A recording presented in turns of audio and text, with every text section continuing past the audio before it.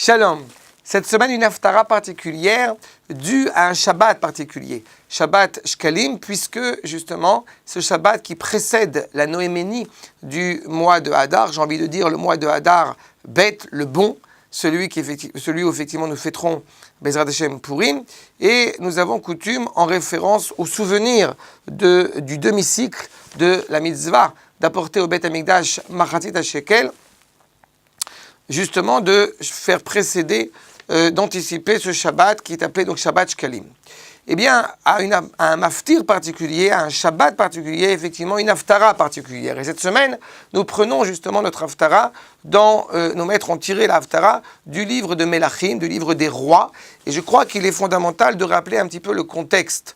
C'est-à-dire que justement la maison de David, la royauté de David, qui s'est malheureusement désagrégée au fur et à mesure par l'alliance de justement la maison de David avec Achav, quelqu'un de profondément problématique, et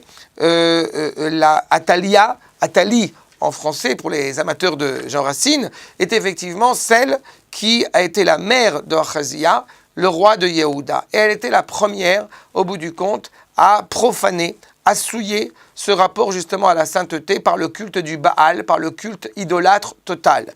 Et je voudrais attirer votre attention sur, tout d'abord, la personnalité de Yoash, qui lui justement a essayé, grâce à essayer de retrouver une certaine sérénité, il a été sauvé du désastre, lui aussi héritier de la maison de royauté de la maison de David.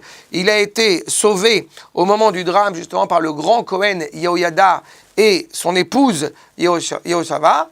Mais le fait est, c'est que qu'est-ce qui se cache, et c'est très important pour nous, derrière ce rapport justement à la sainteté?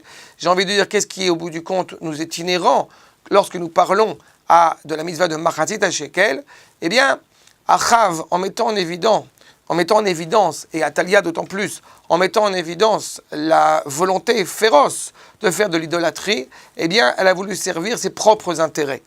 Eh bien, à l'inverse, être relié justement au Bet Hamikdash, c'est penser au collectif, c'est penser justement au peuple. On est constamment confronté, lorsqu'il y a des questions d'argent qui sont reliées à la sainteté, de faire passer l'individu plutôt que le collectif, le dessein personnel plutôt que la destinée du peuple. Et bien justement, Yoash va organiser justement, d'un point de vue économique, comment cet argent, en passant par les Kohanim, va directement, chaque individu qui voudrait participer, qui voudrait se porter volontaire pour contribuer, au bout du compte, à l'édifice du Bet Hamikdash, eh bien, en apportant cet argent au Kohen, il contribue à l'édifice du collectif. C'est exactement l'inverse du culte souhaité par Athalie, qui, au contraire, mettait en évidence cette individualité.